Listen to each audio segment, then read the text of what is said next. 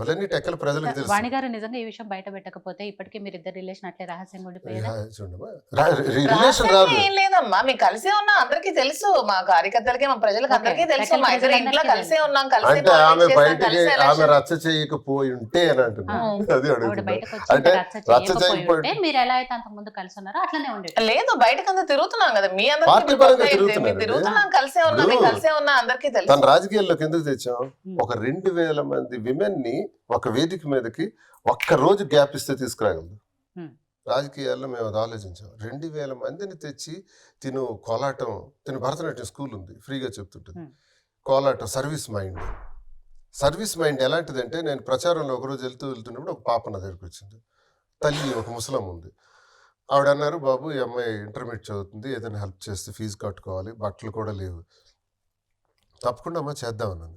వెంటనే నాకు స్టోరీ తెలిసిందంటే, అమ్మాయిని ఎవరో తల్లి కనేసి ముళ్ళకంపల్లో పడేసింది, బేబీస్గా డేస్ బేబీ ఉంది. అప్పుడు మాధురి ఆ బిడ్డను తీసుకొచ్చి పెంచి, ఆ తల్లి నేను పెంచుకుంటానంటే ఆ తల్లికి అప్పచెప్పి ఆర్థికపరమైనవన్నీ చూస్తే ఇంటర్మీడియట్ వరకు చదివింది. ఇది నా దృష్టిలో పడ్డది. ఇలాంటి సామాజిక స్పృహ ఉండేవాళ్ళు, ఒక 2000 మంది విమెన్ని మోటివేట్ చేయగలిగిన వాళ్ళు ఏ రాజకీయ నాయకుడికి వద్దు? నాకు 4000 ఓట్లు వస్తాయి, నాకు 2000 ఓట్లు పడతాయి, 1000 ఓట్లు పడతాయి. ఈమె మీద మేము ప్లాన్ చేసాం, ఈమె రాజకీయాల్లో మాకు అవసరం ఉంది అని అనుకున్నాం. అందులో వాణి పాత్ర కూడా ఉంది. తెచ్చినప్పుడు ఆమెని లీడర్గానే ఉంచాలి. లీడర్గా ఉంచుకుంటే ఆమె మీద మచ్చేస్తే ఎలా అవుతుంది? ఆమె మీద లేనిపోనివన్నీ స్టాంప్స్ వేసేసి స్కేప్ గోట్ చేసి మన అవసరాలకు వాడుకుంటే మరి ఆ ఇంట్లో కన్నవారు అత్తవారు ఉండరా? ఇప్పుడు నేను ఈ టైంలో ఆమెకు అలాంటి పరిస్థితి అయితే అలాంటి స్టాంప్ వేసి సమాజంలో ఇలాంటి పరిస్థితి క్రియేట్ చేసినప్పుడు మా కుటుంబం వల్ల జరిగింది నష్టం. అప్పుడు నేను ఆదుకోవడంలో తప్పేంటి? నాకు అర్థం కాలేదు ఇక్కడ ఒక విషయం. మీరు అంటున్నారు మచ్చేసింది, ఆవిడ జీవితం నాశనం చేసింది అంటే, కానీ ఆల్రెడీ మీరిద్దరి మధ్య ఉన్న రిలేషనే కదా ఆవిడ బయట పెట్టింది. రిలేషన్ మచ్చ ఎలా అవుతుంది? ఇప్పుడు చాలా మంది నా దగ్గరకు వస్తే అలా రిలేషన్ అంటగట్టేయచ్చు. రిలేషన్ లేకపోతే అంటగడితే తప్పు, నేను చెప్తాను. కానీ రిలేషన్ ఉంది అని మీరే అంతకుముందు లీడర్ గానే చేసాగా రిలేషన్షిప్ లోకి వచ్చామని చెప్తున్నాం కదా. ఈ గొడవలు జరగక ముందమ్మా 2022లో ఆవిడ అడుగుతున్నారంటే, అంతకు ముందు నుంచి రిలేషన్ బట్టే కదా ఆవిడ రెస్పాండ్ అయ్యారంటే, ఏ రిలేషన్ మా మధ్య లేదు. ఆమెకు లీడర్ గా పార్టీ కార్యక్రమాలు చేశాక అతను నడి రోడ్డు మీద, నేను రోడ్డు మీద నిల్చున్న తర్వాత ఇంకా మన ఇద్దరం ఒకరికొకరు ఉందాం, ఈ రోడ్ల మీద ఉండాల్సిన అవసరం ఏంటని చెప్పి నిర్ణయం తీసుకొని కలిసి ఒక మాట. నాకు ఆ ఇంటికి తాళం వేసిన తర్వాత, నేను పలాసలో ఉన్న తర్వాత, మా అమ్మ దగ్గర ఉన్న తర్వాత ఒక ఏడాది కాలం ఆమె పనిలో ఉండొచ్చు, మమ్మల్ని వదిలేయచ్చు. కానీ నాకు రోజు క్యారేజీలు పంపిస్తూ, మళ్ళీ నేను తిరగటానికి తగిన ఏర్పాట్లు చేస్తూ, నా ఏర్పాట్లన్నీ తను చూసి భార్య విడిచిపెట్టేసిన, అప్పటికి ఏ సంబంధాలు లేనప్పటికి కూడా అన్నీ చూస్తుంటే రాను దగ్గరయ్యాం.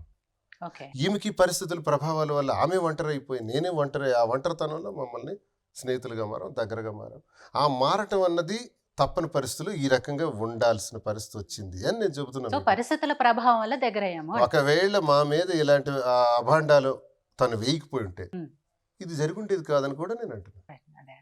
అందుకేనా ఏదైనా గత జన్మ సుకృతం అంటారు.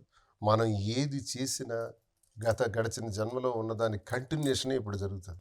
కర్మ సిద్ధాంతం కృష్ణ పరమాత్ముడు అదే చెప్పాడు. వాణి గారు అలా చేయటం మంచిదే అనుకుంటున్నారు, కలిసి వచ్చింది అనుకుంటున్నారు. అందుకే మీకు మొదటే చెప్పాను, ఐ ఫీల్ వెరీ హ్యాపీ.